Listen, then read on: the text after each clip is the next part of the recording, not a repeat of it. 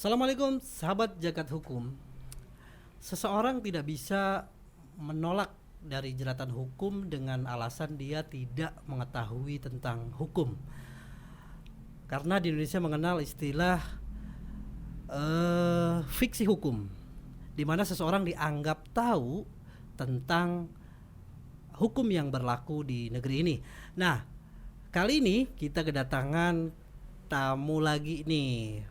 Beliau adalah seorang Ketua Pusat Bantuan Hukum PBH DPC Peradi Bandung. Selamat siang Bang Tohenda. Selamat siang. Makin ganteng aja ini kan. Gimana kabar Bang Tohenda? Alhamdulillah sehat walafiat. Alhamdulillah sehat ya Bang ya. Yang penting sehat dulu. Betul, ya betul. kan. Itu yang paling utama itu. Paling utama, Iya. bener kan? Makasih nih Bang untuk kedatangan yang kedua ini ke sini nih Bang. Udah apa namanya dari kemarin yang kita sebelumnya bahas tentang mengenai Undang-Undang Cipta Kerja ya Bang. Nah, bicara mengenai hukum nih Bang, itu pasti nggak lepas dari teman-teman pengacara apa namanya, apalagi Abang bergerak di hukum ya atau Pusat Bantuan Hukum ya Bang ya. Ya. Itu kalau kita bicara tentang Pusat Bantuan Hukum itu di sana kesibukannya sekarang di Pusat Bantuan Hukum ini seperti apa Bang? Oke, baik, terima kasih Bung Nasruddin. Jadi di Pusat Bantuan Hukum DPC Peradi Bandung memang sekarang ini sedang menangani beberapa perkara. Ya tentu kalau bicara PBH, tentu kan ini sifatnya tidak ada unsur yang menyangkut masalah tentang honorarium dan success fee. Ini murni artinya memang sosial kita. Kegiatan sosial di dalam hukum gitu ya Bang? Hukum. Beberapa perkara dan kasus yang pernah kita tangani dari kasusnya dulu kalau kita ingat tarik mundur ke tahun 2020 ya. Di awal tahun 2020 itu ada kasusnya Kerajaan Agung Sejagat. Keraton Agung Sejagat kalau salah ya, betul. Oke, itu salah satunya kerja kita. Kenapa kita perlu di setiap kita sih ingin setiap kota itu ada PBH. Karena banyak sekali masyarakat yang selama ini ketika mereka ada masalah, ada kasus, pasti enggan dan segan ketika mereka ketemu dengan pengacara. Karena di otak masyarakat sudah tertanam, ketika kita ketemu pengacara, pasti ujung-ujungnya duit. Pasti harus keluarin duit mahal seperti itu. Mau datang ke kantor sudah takut tuh Bang. Kadang-kadang mau konsultasi takut. Iya. Wah, ini saya kena berapa segala macam. Gitu. Nah, kita sebagai kami di DPC Peradi Bandung sangat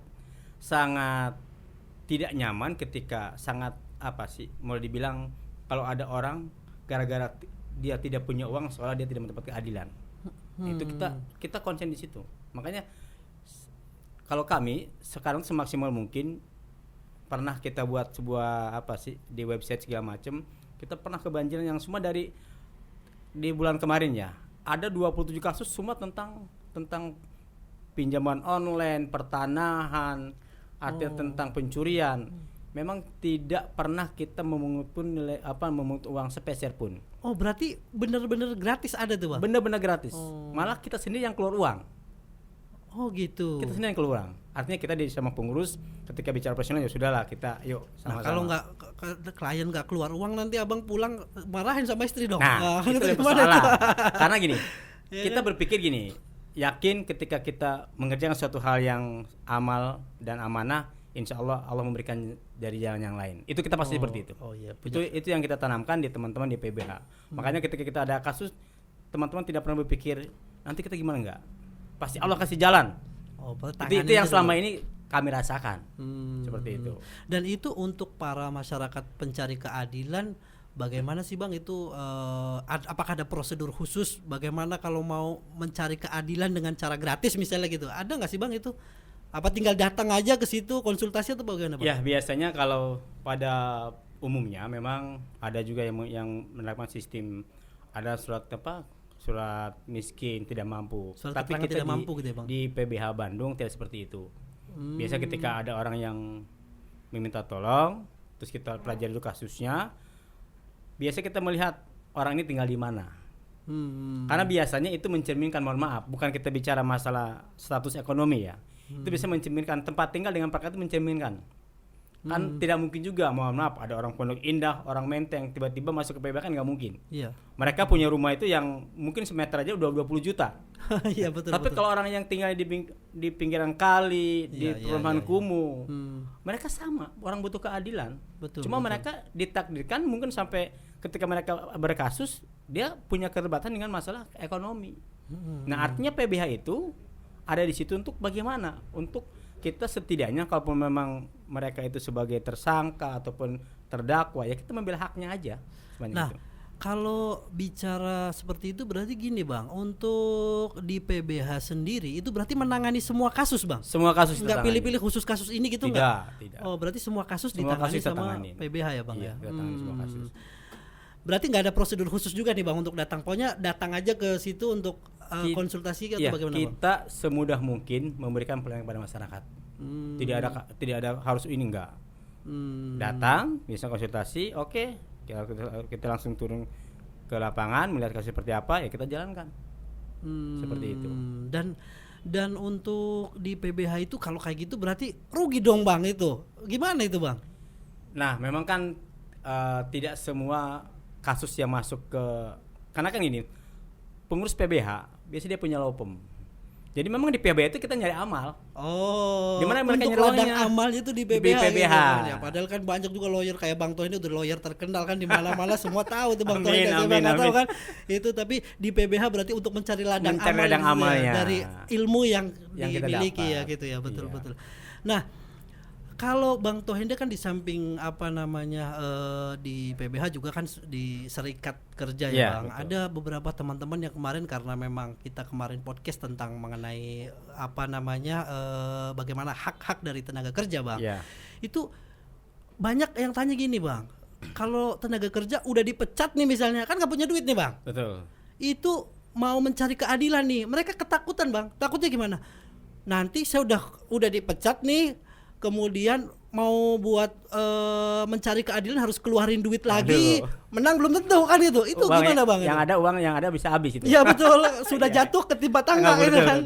Itu gimana Bang? Jadi gini, di PBH kita memang semua kasus tanganin. Memang kalau sekarang tadi bicaranya serikat pekerja, pasca keluarnya Omnibus Law, kasus serikat pekerja meningkat. Memang biasanya teman-teman yang tidak punya serikat pekerja pasti bingung mencari keadilan. Mereka di PHK, kebanyakan di PHK disharmonisasi. Sekarang perusahaan banyak sekali perusahaan menciptakan disharmonisasi seolah tidak cocok, akhirnya mereka PHK. Karena nilai sekarang itu jauh dari yang diharapkan. Dari Undang-Undang 13 2003 itu jauh sekali. Maka sekarang banyak sekali kasus seperti itu. PBH siap nggak? Kita siap.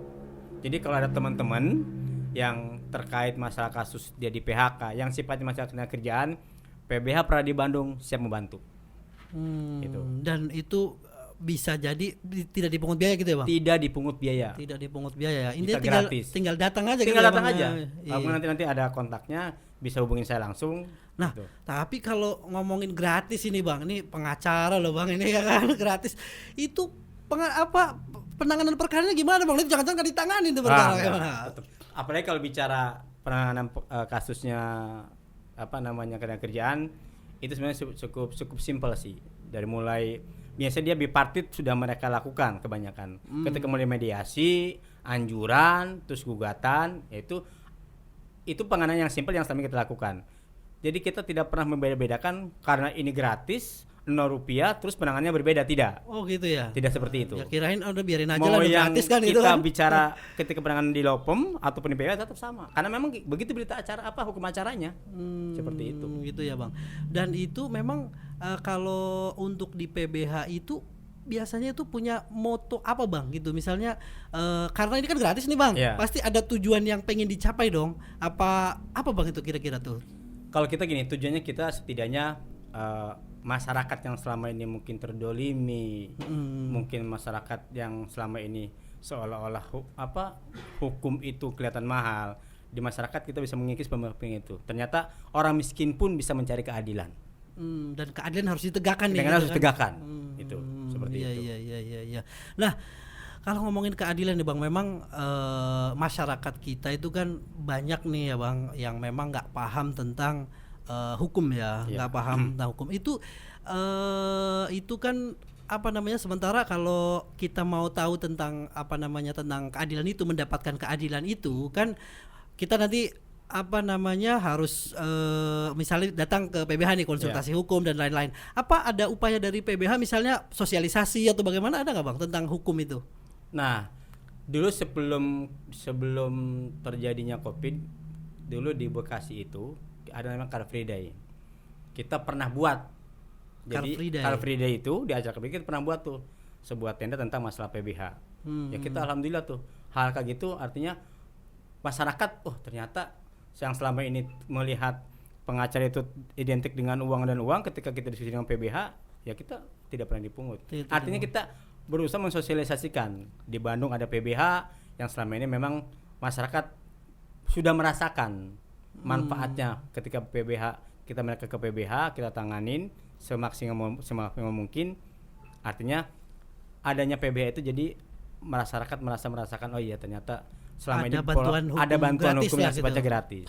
Jadi nggak perlu takut nih masyarakat, tinggal datang aja kan, gitu saja. Intinya kan Bang. Nah, terus kalau kita ngomongin pengacara Bang, kadang apa namanya pengacara juga gini Bang. Kalau kita ngomongin pengacara, ada nih apa stigma dari masyarakat itu bahwa pengacara itu orang salah dibela, itu gimana Bang?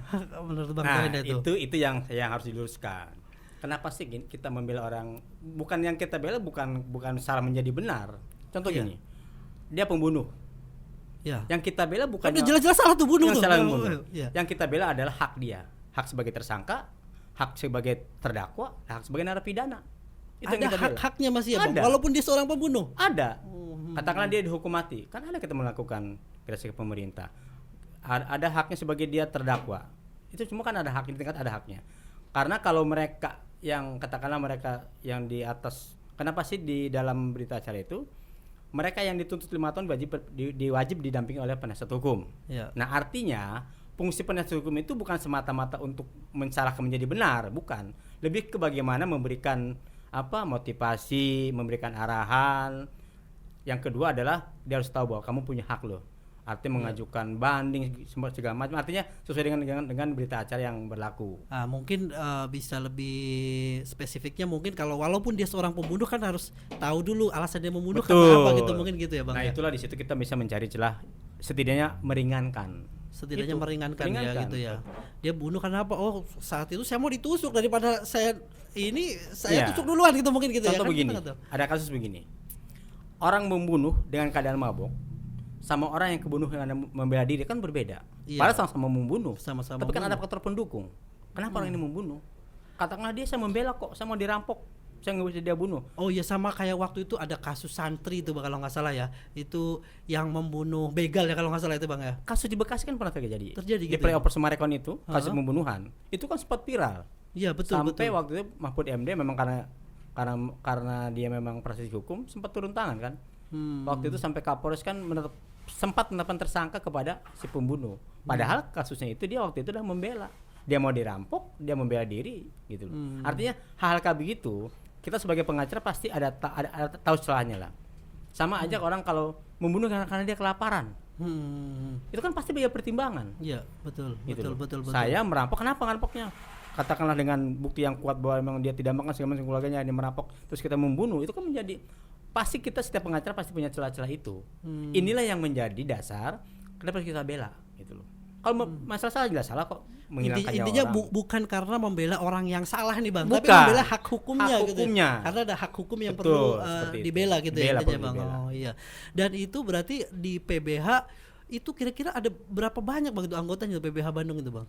Kalau PBH Bandung memang kalau secara kepengurusan itu memang cuma hanya ada 5 orang. Ada 5 orang ya Bang. Ketua, sekretaris dan anggota. Itu biasa kita dari 5 itu memang tidak semua kita bergantian lah. Karena kita tahu yang tadi disampaikan. Kalau 5-5-nya menangani satu perkara yang sifatnya mohon maaf pro bono. Kasihan juga kan. Betul. Makanya kita biasanya rolling. Gantian. Gitu ya. Jadi kalau misalnya dalam 1 bulan itu sidang 4 kali, kita rolling nih. Jadi dia 1 bulan dapat jatah 1 kali sidang, sebenarnya dia nyari duit lah buat keluarganya. Kita pikirkan juga gitu, seperti itu. Ya tapi ini saya pertegas lagi Bang, ini yang paling penting ini Bang, karena ini bantuan hukum gratis, penanganannya beneran nggak sih Bang? Penanganannya sesuai dengan hukum acara. Hukum acara ya? Pasti kita seperti itu. Seperti itu ya, jadi nggak karena mentang-mentang gratis nggak ditangani dengan gitu ya kayak gitu ya. Iya. Nah kembali tadi ke ngomongin tentang tenaga kerja Bang ya, kebetulan Bang Tohenda juga aktivis di tenaga kerja kan. Itu sebenarnya kalau ngomongin tenaga kerja itu apa aja Bang hak-haknya dari tenaga kerja itu Bang? Jadi kalau bicara hak dan kewajiban kan gini, bicara hak pekerja apa sih? Nah hak pekerja itu kan dia kalau rule-nya ya, dia bekerja itu 40 jam per minggu. Ada kerja pendek, kerja panjang. Kalau dia kerja dengan sistem kerja panjang berarti Senin sampai Jumat dia 7 jam, Sabtu 5 jam. Kalau kerja pendek dia Senin sampai Jumat 8 jam, 40 jam. Dan haknya apa? Ya itulah haknya kita bicara upah layak. Upah layak itu seperti apa? Ada ketentuannya. Kalau di Jakarta ada namanya upah minimum provinsi. Kalau di daerah ada upah minimum kota dan kabupaten. Itu menjadi haknya pekerja. Jadi haknya pekerja menjadi kewajibannya perusahaan. Seperti itu. Nah, apabila ada hak-hak yang harus dimiliki oleh pekerja dan tidak ditunaikan oleh perusahaan, kemana karyawan itu harus mengadu Bang? Nah, itu. Kalau mekanisme di dalam undang-undang perizinan hubungan industrial, kalau mereka ada hak yang dilanggar, ini akan menjadi perselisihan hak namanya. Karena hak yang melanggar. Bagaimana mekanismenya? Di dalam undang-undang mengatur mereka kalau misalnya katakanlah contoh gini, dia upah tidak dibayar, katakanlah upah DKI 4,5, tapi perusahaan yang membayar 4 juta. Biasanya dia karena di dalam undang-undang perizinan hubungan industrial itu mengatur tentang bipartit, berbeda dengan perkara lain nih. Kalau di hubungan industrial tidak mengenal namanya somasi. Oh, nggak ada. Tidak ada somasi. Gitu ya? Adanya permohonan bipartit. Permohonan bipartit itu tuh apa? Artinya bipartit itu kan di kedua belah pihak antara pengusaha dengan pekerja. Nah, itu kayak musyawarah mufakat gitu. Iya, sama kayak seperti itulah. Kayak musyawarah mufakat. Ketika di bipartit maksimal itu biasa 3 kali tidak ketemu, ya udah dilimpahkan ke namanya sistem mediasi di suku dinas kota kabupaten. Ada mediasi. Nah, dan itu siapa fasilitator untuk mediasi itu Bang? Mediasi adalah mediator di bawah dinas tenaga kerja kota kabupaten yang sudah ditunjuk oleh kepala dinas. Berarti ada tim independen di situ yang nggak memihak. Artinya pemerintah lah. Pemerintah berperan di situ gitu ya Bang. Untuk melakukan mediasi. Oh berarti karena ada tim independen dari pemerintah nih, artinya berarti kan nggak memihak condong ke perusahaan ataupun kepada. Betul, semisal seperti itu. Dan setelah mediasi itu dilakukan, kalau sekarang terjadi mediasi kebanyakan sama 3 kali. Nanti setelah 3 kali ketemu tidak juga ada kesepakatan, sang mediator itu nanti melakukan surat anjuran. Jadi produknya suku dinas itu surat anjuran. Produknya suku dinas surat anjuran apa tuh Bang? Surat anjuran terkait perselisihan. Nanti dia apa menganjurkannya? Contoh gini ya, terkait ini biasanya kalau mediasi itu biasanya tentang perselisihan kepentingan. Kalau hak biasanya langsung ke sifatnya kalau di dalam suku dinas itu namanya tim pengawas. Langsung tim pengawas datang, hak itu sudah tidak bisa diperdebatkan. Kalau bicara upah 4,5, kenapa kalian bayar 4,4? Itu tidak usah diperdebatkan karena sudah menjadi hak. Makanya nanti kalau bicara hak terkait dengan upah itu lebih ke pengawas. Nanti pengawas datang memberikan memo pengawas itu biasanya perusahaan ketakutan tuh. Tapi kalau perselisihan kepentingan, perselisihan yang ada hubungan kerja terkait kenaikan gaji, kenaikan uang makan dan kesejahteraan yang lain, itu biasanya pakai mediator. Ketika contoh gini, ada kenaikan upah yang sudah disepakati dalam perjanjian tapi dilanggar oleh perusahaan. Ini kan artinya kan perselisihan kepentingan. Nah, bagaimana solusinya? Ya biasa itu para pihak baik dia serikat pekerja atau pengusaha biasanya nanti diakomodir oleh kepentingan pihak dari pemerintah. Dan pemerintah harus memutuskan tuh. Ketika menganjurkan apakah membayarkan kenaikan upah sesuai dengan keinginan pekerja atau membayarkan upah sesuai dengan pengusaha. Nanti para pihak yang dirugikan dengan anjuran baru melakukan gugatan kepada Pengadilan Hubungan Industrial. PHI itu ya. PHI itu seperti itu. Bisa dua-duanya, bisa salah satu pihak. Oh, bisa dua-duanya. Bisa dua-duanya. salah satu pihak ya. Contoh gini. Saya pekerja, minta gaji 10%. Pengusaha minta 8%. Nah, nggak sepakat tuh ya kan. diputuslah oleh mediator naik 9%. Saya nggak mau. Ya, saya tetap maunya 10% gitu kan. Ya, Perusahaan tetap maunya 8 gitu kan. Lah kenapa dinas memberikan 9%? Itu kan namanya hak mediator. Nah, bisa nggak dua-duanya mengajukan gugatan? Bisa.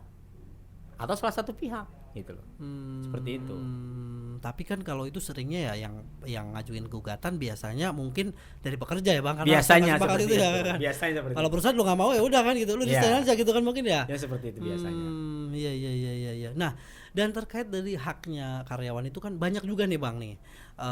Ada ya kalau kita katakan oknum perusahaan gitu ya. Kalau Iya. oknum biasanya orang nih, tapi ini oknum perusahaan misalnya yang mempekerjakan orang itu sebenarnya itu kerja dia di PT apa ya kita sebutnya ya, biar nggak ini nih Bang, jangan sampai misalnya PT 123 gitulah ya gitu ya kita ngomong ya, PT 123 123 grup misalnya gitu kan. Nah, dia harusnya itu di PT 1 nih Bang, tapi pada saat implementasi pengerjaannya dia ngerjain pekerjaannya PT 1, ngerjain pekerjaannya PT 2, ngerjain juga pekerjaannya PT 3 gitu, karena ini dianggap grup gitu Bang. Nah, itu ada konsekuensi buat perusahaan gak sih Bang kalau seperti itu? Nah, di dalam Undang-Undang 13 2003 kalau tidak salah di pasal 59 tentang perjanjian kerja waktu tertentu, di situ dimuat PKWT itu.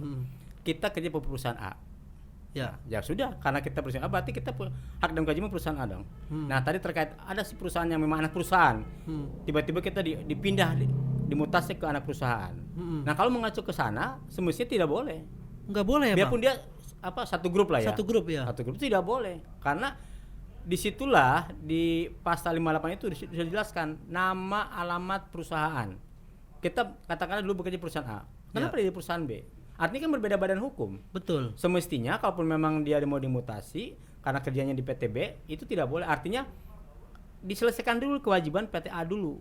Berikan haknya. Oh, berarti harusnya diselesaikan kewajibannya dulu tuh Bang. Betul. Jadi misalnya mau dikatakanlah dipecat lah atau seperti apa, dipensiun dinikan atau bagaimana, itu harus ada hak yang dipenuhi Bang. Dipenuhi baru dia dipindah ke perusahaan baru dipindah B. ke perusahaan B. Enggak bisa langsung serta-merta langsung kamu kerja di B gitu, nggak bisa, Bang. Karena memang itu bisa mempengaruhi juga kan. Misalnya dia kerja di PT A 10 tahun, tiba-tiba pindah ke PT B, kan secara badan hukum berarti dia baru mulai kerja lagi gitu ya Bang. Oh, itu biasanya di BPJS Tenaga Kerja itu susah mengurus itu. Atur semestinya itu pasti biasanya BPJS Kesehatan, BPJS Tenaga Kerja pasti bermasalah. Pasti bermasalah karena dia masih bekerja di PT A gitu, PT harusnya A, gitu ya. Betul. Seperti itu ya. Jadi ada hak-hak yang harus dipenuhi sama perusahaan terhadap apabila mau dipindahkan dari PT A ke PT B tadi ya Bang. Nah, bagaimana jika hak itu tidak dipenuhi perusahaan? Apakah ada konsekuensinya buat perusahaan itu sendiri nggak Bang? Semestinya gini, karena ini perselisihan perselisihan hubungan hubungan kerja, perselisihan PHK. Semestinya ketika mereka tidak mau dipekerjakan, karena tidak mau, itu biasanya langsung terjadi proses SP1, SP2, SP3. Dan ini masalah ini biasanya harus kebanyakan sampai pengadilan. Kebanyakan saya pernah menangani kasus ini satu kali, ya alhamdulillah kita menang. Sampai ke pengadilan memutuskan untuk membayar pesangonnya. Tetap harus membayar pesangonnya. Diputus di pengadilan harus bayar pesangonnya. Nah, berarti itu kasusnya kurang lebih berarti dia bekerja di perusahaan A tapi dipaksa untuk ke B. Ya, akhirnya karena orang itu tidak mau. Akhirnya sama perusahaan dianggap mengundurkan diri. Dengan biasa gini, perusahaan mensiasati dengan cara bagaimana? Kirim surat pemanggilan pekerja. Yang pertama SP1 dulu, dia nggak masuk 3 hari SP1. Minggu depan nggak masuk lagi SP2, SP3. Dengan munculnya SP3, seolah-olah kewajibannya itu berkurang. Karena ketika 2003, kalau orang sudah di SP3 itu satu kali ketentuan. Padahal kalau dikaji ulang, kenapa orang tidak mau bekerja? Karena ada sistem mutasi yang tidak sesuai dengan aturan. Nah, orangnya tidak mau, akhirnya di PHK lah. Dan ketika PHK itulah muncul perselisihan. Dan waktu itu kita perselisihkan, ya hakim memutuskan semua membayar haknya dia. Oh iya lah, nah itu betulan kasus-kasus itu mungkin banyak Bang teman-teman yang itu PBH pernah di Bandung siap bantu nggak kira-kira? Siap ya. Dengan senang hati kita siap bantu. Nah, itu penting soalnya Bang, itu kan banyak sekali Bang emang karyawan-karyawan yang memang dipekerjakan oleh oknum perusahaan nih. Iya, biasa perusahaan besar yang punya anak perusahaannya lebih banyak. Jadi seperti itu ya. Tapi itu sebenarnya berarti secara aturan tidak boleh. Tidak boleh ya harus. Nah, sekarang kalau ngomongin karyawan Bang, sekarang kita ngomongin perusahaannya nih Bang. Siap. Bagaimana dengan perusahaan yang mempekerjakan karyawan nih misalnya itu, tapi karyawannya sendiri yang malas-malasan nih Bang, di SP1, SP2, SP3 akhirnya. Apakah ada konsekuensi juga buat karyawan nih Bang? Nah, inilah Gimana kita kalau kita bicara aktivis buruh harus posisinya bagaimana buruh bisa bekerja dan sejahtera, yang kedua bagaimana perusahaan bisa maju. Oh, Nah, dua dari dua harus sisi dua. itu. Ya, betul. Itu artinya kita menunjukkan memang buruh kita cerdas. Ya, Jadi jangan cuma hanya, mohon maaf, jangan cuma hanya minta, ya. tapi tidak Apa yang kita bisa kasih gitu kita ya? tidak pernah berpikir bagaimana meningkatkan produktivitas. Ya. Makanya kalau saya di serikat pekerja itu, saya paling gak suka dengan yang namanya orang yang memainkan aturan, yang pemalas, yang bagaimana cermat orang malas. Kalau kita lihat kacamata dari absensi, sudah jarang masuk, kerjanya malas.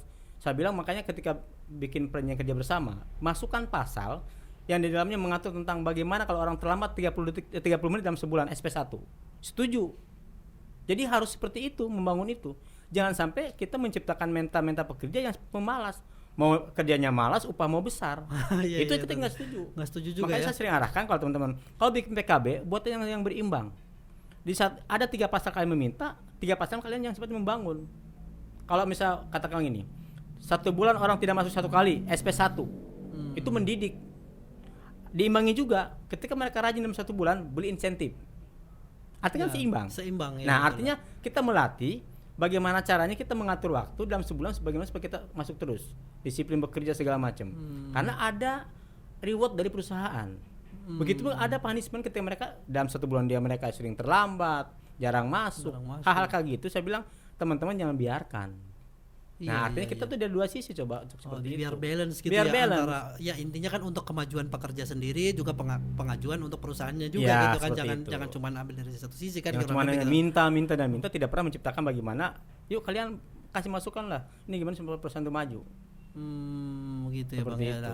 Nah, untuk apa namanya kalau perusahaan-perusahaan yang dimana perusahaan itu misalnya kita ada juga perusahaan yang seperti ini misalnya Bang, misalnya ada nih Bang, misalnya perusahaan itu bergerak di bidang apa gitu Bang, kemudian dia beralih bidang nih Bang. Nah, buat pekerja sendiri dia pada saat melamar kerja kan dia sebagai A gitu Bang, Iya. sebagai misalnya apalah gitu, tiba-tiba di perusahaan karena dia bergerak bidangnya berubah, perusahaan itu kalau sekarang kan ada istilah ada KBLI di perusahaan itu bergerak di bidang apa dan apa gitu kan Bang. Nah, dia perusahaan itu bergerak di bidang yang berbeda, karyawan itu tetap dibekerjakan hingga akhirnya tidak sesuai dengan tupoksi dia, sesuai dengan lamaran dia kerja itu Bang. Itu seperti apa Bang? Gini, kalau dalam ketentuannya hanya mengatur tentang badan hukum. Badan hukum. Jadi Yang kalau penting dia berbadan hukum. Iya. Kalau sepanjang badan hukumnya dia tidak berubah, sah-sah saja. Kalaupun terjadi kasus seolah-olah perusahaan itu apa namanya? Biasanya ada apa? Ada miskomunikasi, ada disharmonisasi. Karyawan sudah tidak percaya dengan perusahaan, begitu perusahaan percaya dengan karyawan. Tapi kalau bicara secara hukum bagaimana? Sah-sah saja. Sepanjang mereka katakanlah melamar di perusahaan A dan perusahaannya itu benar-benar ada dan tidak berbadan hukum, sah-sah saja. Terkait masalah isi perjanjiannya, isi pekerjaannya itu kan teknis saja. Nah, kita ngomongin isi perjanjian nih Bang. Biasanya nih yang dialami sama teman-teman pekerja itu kan kalau ngomongin isi perjanjian dia yang penting mau kerja, perjanjian apa aja tanda tangan Bang. Itu bagaimana Bang? Nah, kan kembali ke hukum perdata. Iya. Itu kan ada di 1320, 1338. Artinya kan ada kausa halal. Kalau isi perjanjiannya melanggar ketentuan ya batal demi hukum. Contoh gini. Upah DKI 4,5. Di dalam perjanjian dibuat cuma 4 juta. Itu Pasti batal itu perjanjian itu. Perjanjian itu otomatis batal Otomatis demi hukum batal. gitu ya. Karena menganut ke ke perdata Ke perdata ya. tentang perjanjian. Oh, berarti perjanjian itu juga harus walaupun kita kan masyarakat awam itu pekerja, yang penting saya dapat kerjaan dulu nih kan gitu. Yeah. Tanda tangan, suruh tanda tangan kontrak, tanda tangan aja. Kalau lu nggak mau tanda tangan kontrak ya udah berarti nggak apa istilahnya nggak bisa kerja kan gitu intinya. Yeah. Mau nggak mau dia tanda tangan. Tapi berarti kalau ada pasal-pasal atau klausal yang memang tidak halal berarti itu bisa batal demi hukum gitu ya Bang. Biasa gini, kenapa muncul perjanjian di bawah ketentuan? Pasti perusahaan telah melanggar ketentuan tentang perjanjian. Seharusnya perjanjian itu, kalau perjanjian pekerja itu dibuat 3 rangkap. 1 rangkap buat perusahaan, buat karyawan, yang 1 lagi itu harus diserahkan ke suku dinas. Ke suku dinas ya Bang.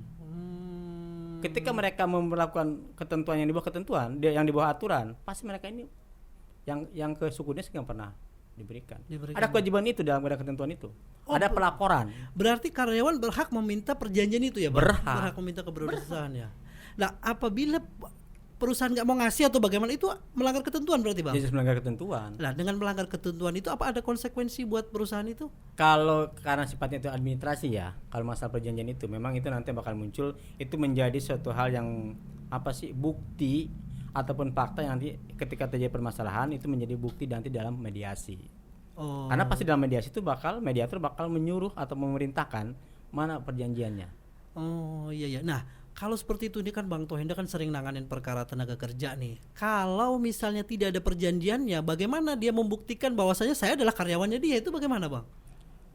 Dengan slip gaji. Oh, ada slip gaji. Ada slip gaji. Itu sudah cukup buat bukti. Cukup. Yang penting ada slip gaji itu sudah membuktikan adanya hubungan hukum gitu ya, Bang. Oh. Tidak mungkin mereka dibayar upah kalau tidak ada perjanjian.